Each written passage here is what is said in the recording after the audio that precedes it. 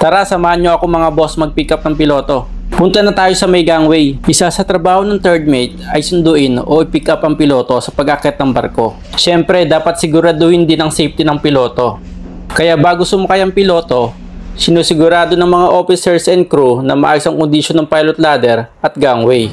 Before arrival ng barko sa port, chine-check at tinetesting na namin ang kondisyon ng gangway at pilot ladder. Isa sa mga chine-check namin ay ang kondisyon ng rope, steps or spreaders ng pilot ladder at kung valid pa ang certificate nito.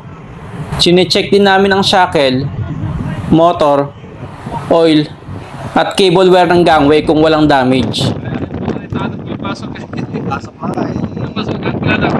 Dahil approaching na ang pilot boat, kailangan nakastandby na agad tayo dito sa may gangway. Malapit na yung pilot boat at papadikit na nga ito sa barko. During approaching ng piloto, tumatawag na ito sa bridge kung anong gustong heading course at speed ng barko.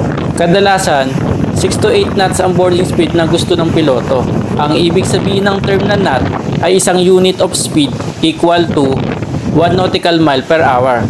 Para sa kaalaman ng lahat, ang 1 knot is equivalent to 1.852 km per hour.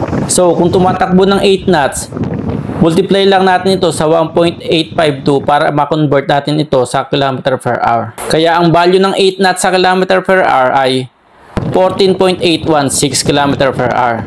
Ganyang kabilis yung 8 knots. Ayan, nakadikit na ang pilot boat sa tabi ng barko. Dapat i-report din ito sa kapitan or bridge team para alam niya ang nangyayari at dahil nilalag ito sa bridge logbook. Ito ang mga importante na nire-report sa kapitan. Una, approaching pilot boat. Tapos, pilot boat alongside. Bridge, pilot boat alongside.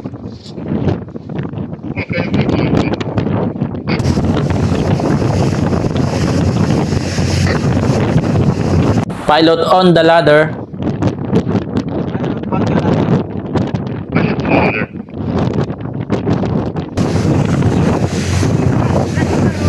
Pilot on the ladder, sir. Pilot on the ladder, sir. At ang pinaka-importante ay ang pilot on board. Hello, sir. Welcome on board, sir. Pilot Morning, on board, sir. Pag-akit ng piloto, kailangan agad itaas ang pilot flag to indicate na may pilot on board. Kapag hindi na itaas ang pilot flag, ay maaari ito pagmultahin ng port authority. At kapag nakababa naman ang piloto, it's time to lower the pilot flag or hotel flag.